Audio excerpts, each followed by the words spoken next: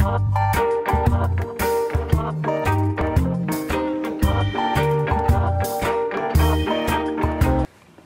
dag. Nú erum við komin í bókasafn Kópavogs og við ætlum að taka viðtal við Arndísi Þórarinsdóttur sem skrifaði á dögunum Játningar mjólkurfernusskálds.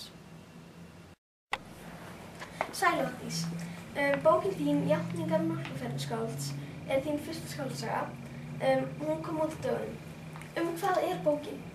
Sagan er Höllu sem er 13 ára stelpa úr Vesturbænum. Hún var í Hagaskóla og var þar algjör fyrirmyndanemandi, fermingastúlka og hafði meira sér að skrifa ljóð á mjólkurfernur sem gerist nú eiginlega ekki mikið potthittar en það.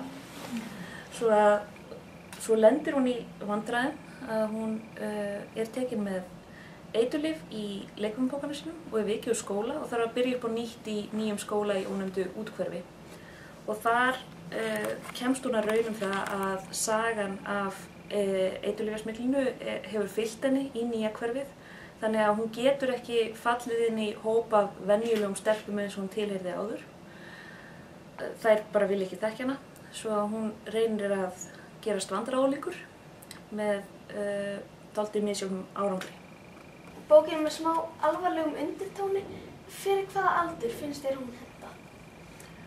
Hún hentar, það fer auðvitað bara svolítið eftir lesendum. Það stelpan er 13 ára. En hún er fyrir svona 11-12 ára og alveg upp allan grunnskólann. Játningar mjólkurfernusskálds getur líka verið mjög fyndin og ég ætla að spyrja þig hvort þú hefðir hlegið sjálf þegar þú varst að skrifa. Það getur vel verið.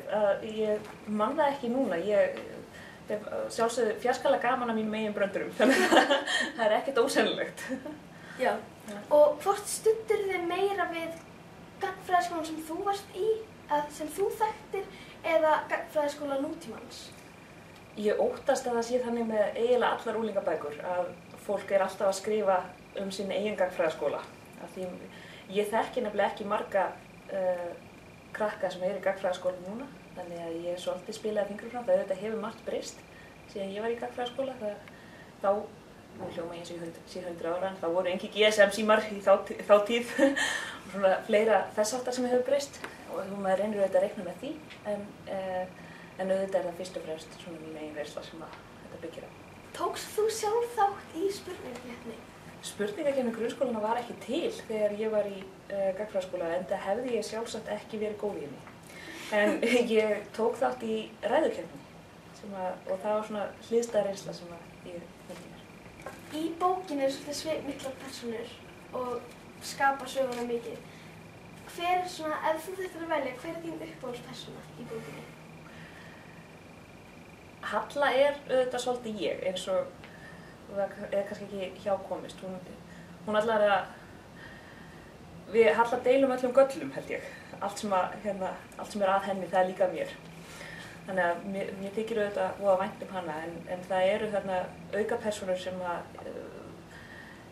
ég er líka mjög veik fyrir, sem heita Anna Ninja og Alexander Philippus og Anna Ninja á nú líka stað í hjarta mínu.